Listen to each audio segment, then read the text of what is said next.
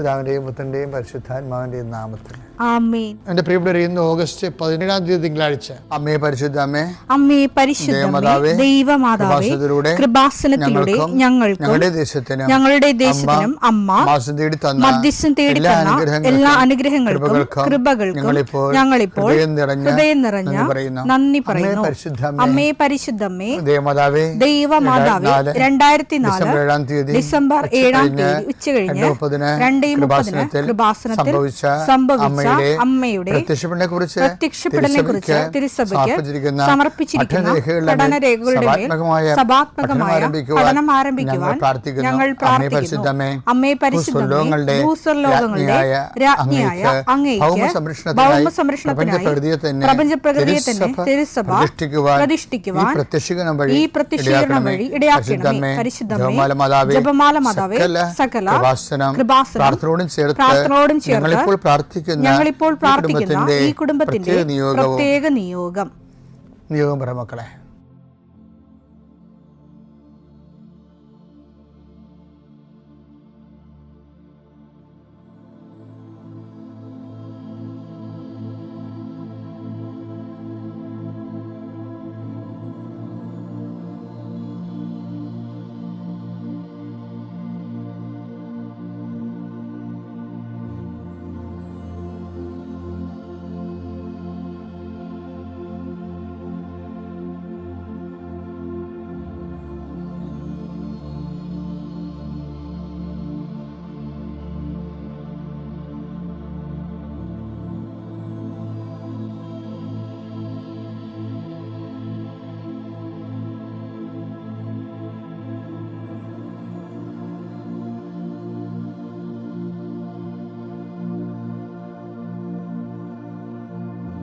അമ്മയുടെ പ്രത്യക്ഷീകരണത്തിന്റെ ഈ അനുഗ്രഹവേളയിൽ ഞങ്ങൾക്ക് സാധിച്ചു തരുവാൻ കനിയണമേ. ആമേൻ. വിശ്വാസ പ്രമാണം. സർവശക്തനായ പിതാവും ആകാശത്തിന്റെയും ഭൂമിയുടെയും സൃഷ്ടാവുമായ ദൈവത്തിൽ ഞാൻ വിശ്വസിക്കുന്നു. അവിടുത്തെ ഏകപുത്രനും ഞങ്ങളുടെ കർത്താവുമായ ഈശോമിശിഹായിലും ഞാൻ വിശ്വസിക്കുന്നു.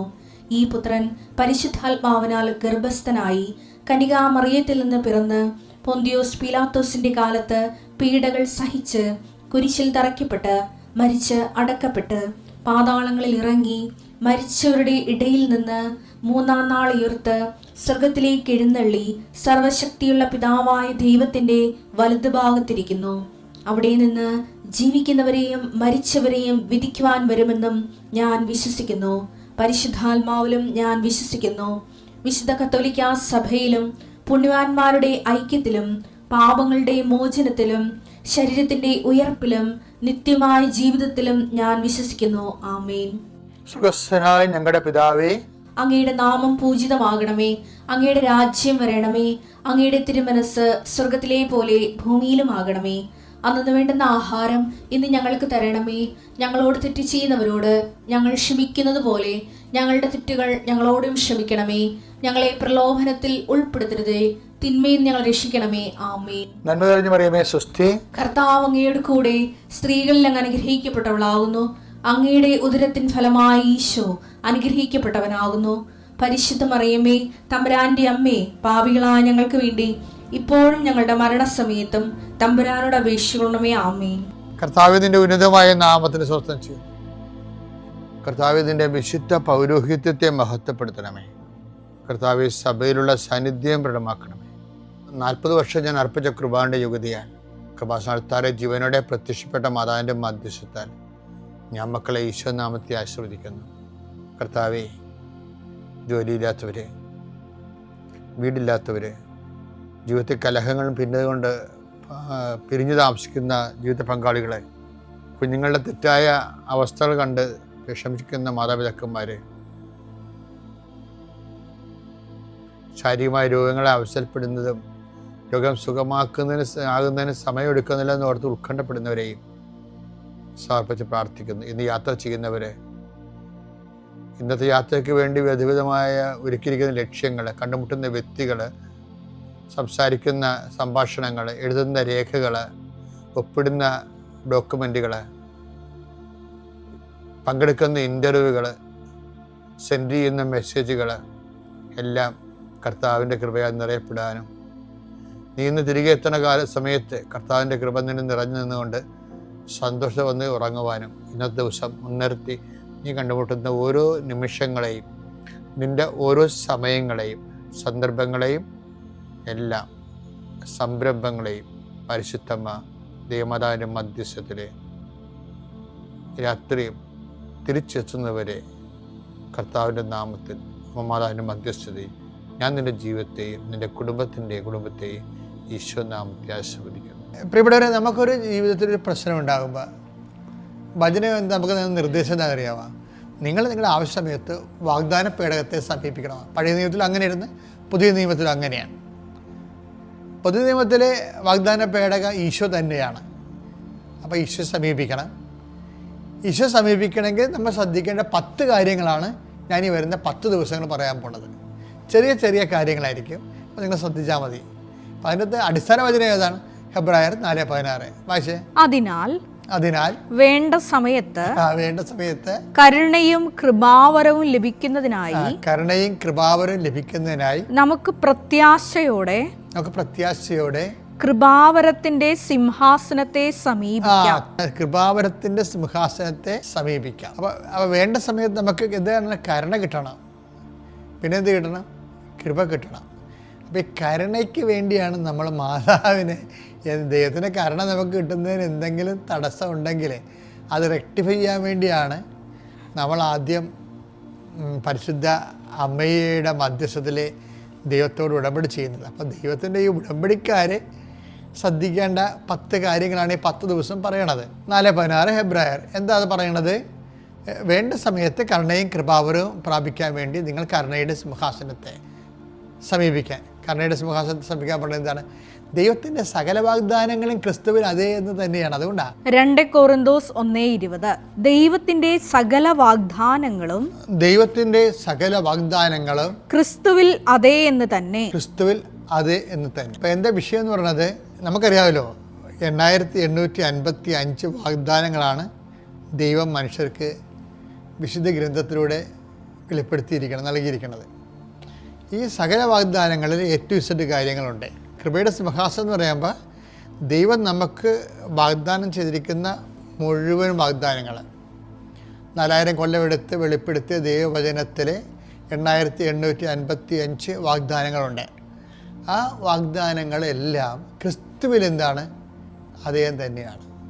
അപ്പം ക്രിസ്തുവിനെ നമ്മൾ ഈ ദിവസം നോക്കാൻ പോണത് എന്താണ്? ക്രിസ്തുവിനെ, സകല വാഗ്ദാനങ്ങളുടെയും സിംഹാസനമായ ക്രിസ്തുവിനെ സമീപിക്കുന്ന ഓരോ ദിവസവും നമ്മൾ ഓരോ വഴികളാണ് അവലംബിക്കാൻ പോകുന്നത്. അതിലൊന്നാമത്തെ നമുക്കെല്ലാം അറിയാവുന്ന കാര്യമാണ് വിശ്വാസത്തോടെ കർത്താവിനെ സമീപിക്കുക.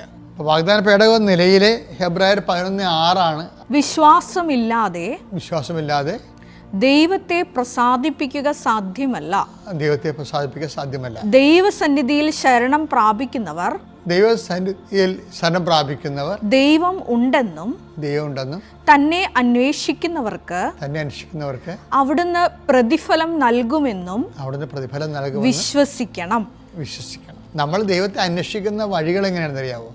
നമ്മൾ അതിനുവേണ്ടി ഉടമ്പടി ഉപയോഗിക്കണത് എന്താണ്? ദൈവത്തെ അന്വേഷിക്കുന്നതിന് വേണ്ടി നമ്മൾ എന്തെങ്കിലും ഉടമ്പടി ഉപയോഗിക്കണത് നമ്മൾ പ്രേക്ഷിത പ്രവർത്തനം ചെയ്യുന്നു. അതൊരു ദൈവാന്വേഷണമാണ്. പിന്നെ എന്താണ് കാര്യം? അത് ചെയ്ത് കഴിയുമ്പോൾ നമുക്ക് വിശ്വാസം ജനിക്കും, വളരും നമ്മുടെ വിശ്വാസം. പിന്നെ നമ്മൾ ആതുര സേവനം ചെയ്യും. ഇന്നലെ എന്ത് സാക്ഷ്യം പറഞ്ഞിരിക്കുന്നത്? ഞാൻ ഒരു ദിവസം 50 പൊതിച്ചോറ് എൻ്റെ കൈകൊണ്ട് ഉണ്ടാക്കി രോഗികൾക്ക് കൊടുക്കും. എല്ലാ ദിവസവും അത് ചെയ്യണില്ല അവർ. എല്ലാ ദിവസവും ചെയ്താൽ ആർക്കും ജീവിക്കാൻ പറ്റത്തില്ലല്ല. ചിലപ്പോൾ അല്ലെങ്കിൽ അത്ര കോടീശ്വരന്മാരായിരിക്കണം നമ്മൾ. അങ്ങനെയല്ല. അവർ പറയണത് എനിക്കൊരു പൈസ കിട്ടിക്കഴിഞ്ഞാൽ ഞാൻ 50 പൊടി പൊതിച്ചോറ് ചെയ്ത് കൊടുക്കും. പക്ഷേ ഇത് ഉടമ്പടിയിൽ എന്താ ചെയ്യണത്? ഉടമ്പടിയിൽ ഈ പറഞ്ഞ വചനമാണ്. എന്താണ്? 11:6 ഒന്നിന് വായിച്ചേ. വിശ്വാസമില്ലാതെ ദൈവത്തെ പ്രസാദിപ്പിക്കുക സാധ്യമല്ല. വിശ്വാസം. അപ്പം ഇതിൻ്റെ വിഷയം വിശ്വാസത്തെ നമ്മൾ പ്രവൃത്തി കൂടെ അതിനെ ചേർക്കുകയാണ്. യാക്കോബ് വളരെ കൃത്യമായിട്ട് പറയുന്നുണ്ട്. യാക്കോബ് 2:17 പ്രവൃത്തികൾ കൂടാതെയുള്ള വിശ്വാസം അതിൽ തന്നെ നിർജീവമാണ്. അതെ. അപ്പം നമ്മളെ ചില വിശ്വാസം എന്ന് പറയുമ്പോൾ ചില ആൾക്കാർ ചുമ്മാ വിശ്വസിക്കുക, ഞങ്ങൾക്ക് വിശ്വസിക്കുക മാത്രം ചെയ്യും. പക്ഷേ ആ വിശ്വാസത്തിന് 2 തരമുണ്ട്. സജീവ വിശ്വാസമുണ്ട്, നിർജീവ വിശ്വാസമുണ്ട്. ഇപ്പോൾ നമ്മൾ ഉടമ്പടിയിൽ ഉപയോഗിക്കുന്നത് പാരമ്പര്യമായിട്ടുള്ള നിർജീവ വിശ്വാസമല്ല, സജീവ വിശ്വാസമാണ്. അതുകൊണ്ടാണ് അതിൻ്റെ അകത്ത് പ്രേക്ഷിത പ്രവർത്തനമുണ്ട്, ഇല്ലേ? അപ്പോൾ അതിൻ്റെ അകത്ത് അതിൽ ആതുര സേവനമുണ്ട്, വചന വായനയുണ്ട്. ഇതെല്ലാം ഈ ഹെബ്രായർ 11:6 അനുസരിച്ചുകൊണ്ട് ദൈവത്തെ അന്വേഷിക്കാനുള്ള വഴികളാണ്. ദൈവത്തെ അന്വേഷിക്കാനുള്ള വഴികൾ അതൊരു വായിച്ചേ. വിശ്വാസമില്ലാതെ ദൈവത്തെ പ്രസാദിപ്പിക്കുക സാധ്യമല്ല. ദൈവത്തെ പ്രസാദിപ്പിക്കുക സാധ്യമല്ല. ദൈവസന്നിധിയിൽ ശരണം പ്രാപിക്കുന്നവർ ദൈവം ഉണ്ടെന്നും തന്നെ അന്വേഷിക്കുന്നവർക്ക് അവിടുന്ന് പ്രതിഫലം നൽകുമെന്നും. അപ്പൊ ദൈവത്തെ അന്വേഷിക്കുന്ന വഴികളാണ് ഉടമ്പടിയിലുള്ള പരസ്യ പ്രവൃത്തികളും അതുപോലെ തന്നെ പ്രേക്ഷിത പ്രവർത്തനങ്ങളും വചന വായനയും അതിൻ്റെ ഉള്ള എല്ലാ ആത്മീയ അഭ്യാസങ്ങളും. അപ്പോൾ ആ ഒരു ദൈവാന്വേഷണമാണെന്നുള്ള ബോധത്തിൽ വേണം നമുക്കത് ചെയ്യാൻ. ദൈവം നിങ്ങളെ അനുഗ്രഹിക്കട്ടെ. പിതാവിൻ്റെയും പുത്രൻ്റെയും പരിശുദ്ധ നാമത്തിൽ.